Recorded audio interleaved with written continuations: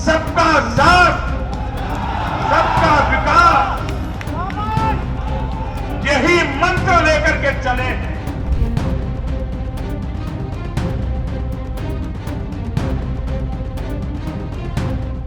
अभी जो वीडियो आपने देखा वो सिर्फ एक वायरल क्लिप नहीं है, वो एक सवाल है, एक डर और एक बहुत बड़ी चेतावनी। सवाल ये है कि भारत के किसी राज्य में आज भी किसी पूरे समुदाय को खुलेआम टारगेट किया जा सकता है।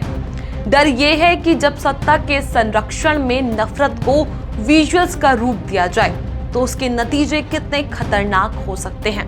और चेतावनी ये है कि अगर लोकतंत्र में भाषा, प्रतीक और प्रचार हिंसा की तरफ इशारा करने लगे तो देश किस दिशा में चल रहा है।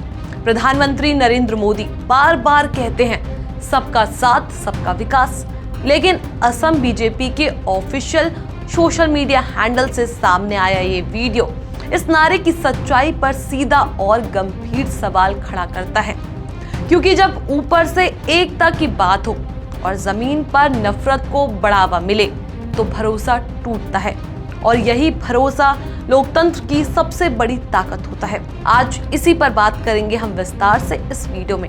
नमस्कार, मेरा नाम है चेष्टा नागर और आप देख रहे हैं द हिंदी टॉप। इस वीडियो में असम के मुख्यमंत्री हेमंता बिस्वा शर्मा को प्रतीकात्मक रूप से मुसलमानों पर गोली चलाते हुए दिखाया गया। AI जनरेटेड विजुअल्स, असली फुटेज और भड़काऊ टेक्स्ट को मिलाकर ऐसा कंटेंट बनाया गया जिसे देखकर कोई भी संवेदनशील नागरिक सिहर जाए। विदेशी मुक्त Assam, no mercy, point blank shoot और तुम पाकिस्तान क्यों नहीं गए जैसे शब्दों का इस्तेमाल करते हुए खास तौर पर बंगली मुल्क के मुसलमानों को निशाना बनाया गया है। उन्हें मियां और बांग्लादेशी कहकर एक पूरे समुदाय को अवैध, भारी और दुश्मन की तरह पेश किया गया है। सवाल यह है कि जब एक सत्ताधारी पार्टी का ऑफिशियल हैंडल इस तरह का कंटेंट शेयर करता है तो क्या ये सिर्फ चुनावी प्रचार है या फिर नफरत को सामान्य बनाने की एक सोची समझी कोशिश।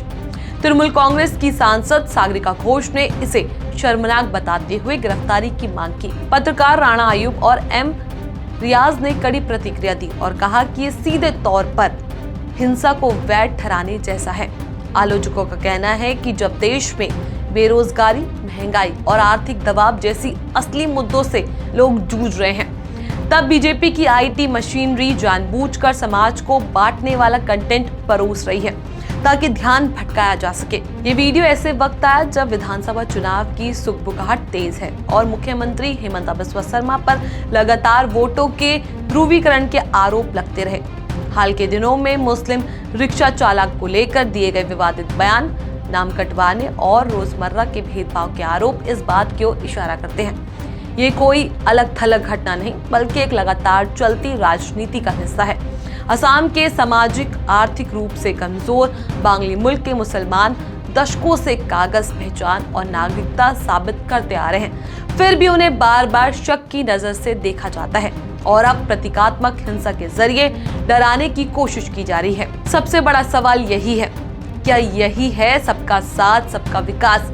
अगर प्रधानमंत्री एक तरफ समावेश और विकास की बात करते हैं तो शायद सबसे पहले जरूरत है कि वही बात उनके मंत्रियों, मुख्यमंत्री और पार्टी के ऑफिशियल प्लेटफॉर्म्स को भी समझनी चाहिए, क्योंकि शब्द पहले जहर बनते हैं, फिर तस्वीरें और वीडियो, और आखिर में वही जहर समाज में उतर जाता है। अगर सत्ता में बैठे लोग या उनकी पार्टी के ऑफिशियल हैंडल इस तरह के कंटेंट को बढ़ावा देंगे तो जमीन पर उसके असर कौन रोक पाएगा? ये मामला अब सिर्फ असम का नहीं रहा, ये पूरे देश के लोकतांत्रिक चरित्र से जुड़ गया है। सवाल बन चुका है, क्या अब एक ऐसा दौर जा रहा है जहां किसी समुदाय को निशाना बनाना सामान्य कर दिया गया, या फिर जनता, संस्थाएं और लोकतंत्र मिलकर इस नफरत की राजनीति को रोक पाएंगे?